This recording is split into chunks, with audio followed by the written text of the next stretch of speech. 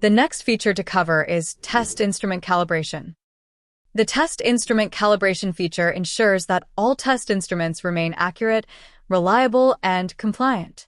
It allows organizations to define calibration requirements, schedule calibrations based on time or usage, and manage the complete calibration workflow, including assigning calibration tools, executing and approving calibrations, and printing certificates and labels. The feature also provides workspace visibility into calibration activities, helping prevent the use of expired or out-of-tolerance instruments. Additionally, organizations can extend calibration management through asset management by modeling each test instrument as a maintainable asset, enabling a unified lifecycle and maintenance approach. Let's kick things off on the test instrument page. This is where all the different types of test instruments are set up. You'll see examples like instruments used for measuring pH values, as well as the types of scales the organization relies on. Once you've set up your test instrument types, you can define the individual instruments that belong to each type. All you need to do is select the tag number required field in the grid. When you turn that on, it unlocks the Test Instrument Tags page, where you can create and manage the specific instruments your organization uses. In this example, the Test Instrument Tags page is open for the types of instruments used to measure pH values. Here, you can see 2 tags, each one representing an individual physical test instrument. On each tag, you can capture all the important details about that instrument, things like the serial number, vendor or customer account information, as well as the department and location where the instrument is used. You can also document the manufacturer, outline any specific test procedures that apply to that instrument, and add notes to capture anything else that's relevant for calibration or traceability. Select the calibration required field to indicate that you want to run a structured calibration process for the test instrument. How you choose to manage the calibration process depends on the calibration group you assign to each tag. In our example, the tag is linked to a calibration group called annually.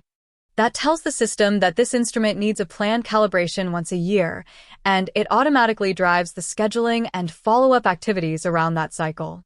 Let's take a closer look at the different calibration methods you can define on a calibration group.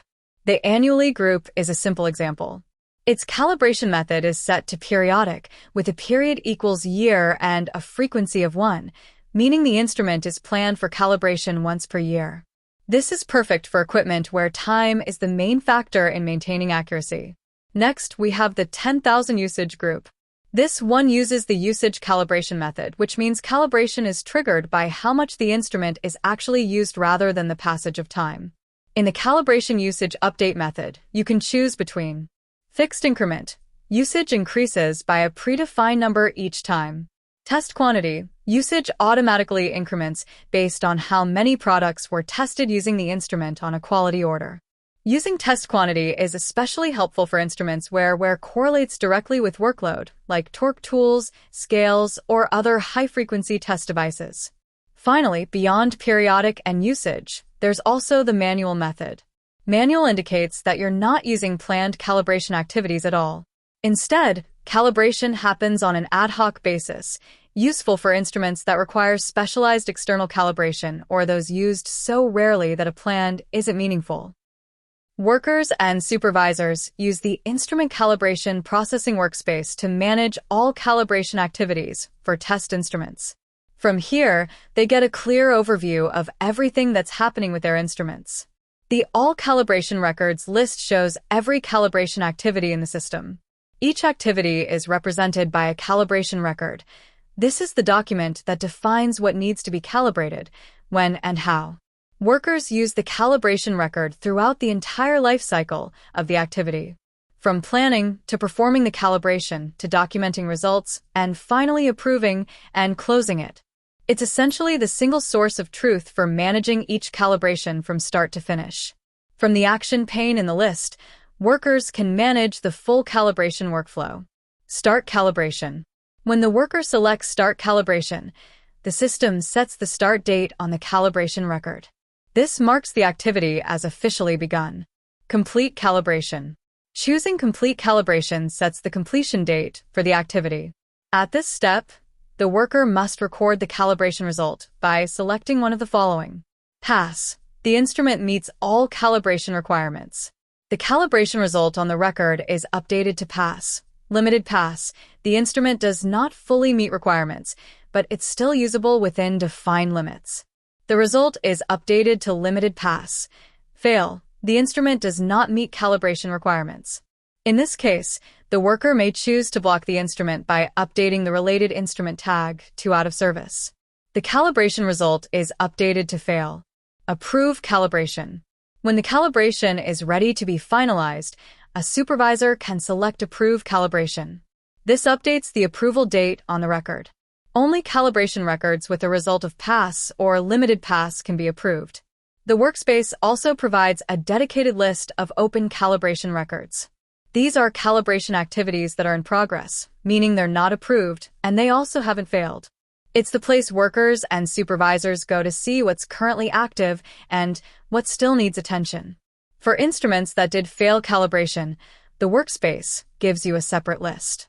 This makes it easy to quickly spot failed instruments, follow up on blocking actions, and ensure nothing slips through the cracks.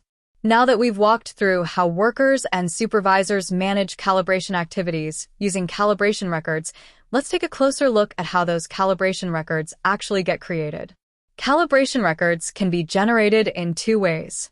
Automatically, for planned calibration activities based on the calibration group settings you've defined on the test instrument tags, whether that's periodic/time-based or usage-based calibration. Manually, when a worker creates an ad hoc calibration activity for an instrument that needs immediate attention outside the planned schedule. Both creation paths ensure the organization always has a clear and traceable record of when an instrument is due, when it was calibrated, and what the results were. In general, every calibration record starts from a test instrument tag. The All Test Instrument Tags list gives you the full overview of all tags in the system. For each tag, the list shows the assigned calibration method and whether there is a next calibration due date, helping workers and supervisors quickly see which instruments are up to date and which ones will require calibration soon. Let's look at the tag for pH meter 06. Its calibration method is periodic, and its next calibration is due on January 28th. Since today is the 21st, the instrument isn't due yet.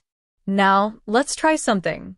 If we reschedule the next calibration date to January 13th, which is in the past, the system immediately marks the tag as overdue. Because of that, it will now appear in the list Test Instrument Tags Due for Calibration. This makes it easy to spot instruments that have missed their calibration window and need attention. The creation of calibration records from tags that use the periodic or usage calibration method starts from the Create Calibration Records tile in the workspace. When this tile is selected, the system opens a dialog where the job to generate calibration records can be initiated and, if needed, configured to run as a batch process. Once the job runs, it automatically generates calibration records for any instruments that are due. This ensures that overdue tags are picked up immediately, without requiring workers to manually search for instruments that need calibration. After the job completes, a message bar confirms how many calibration records were created.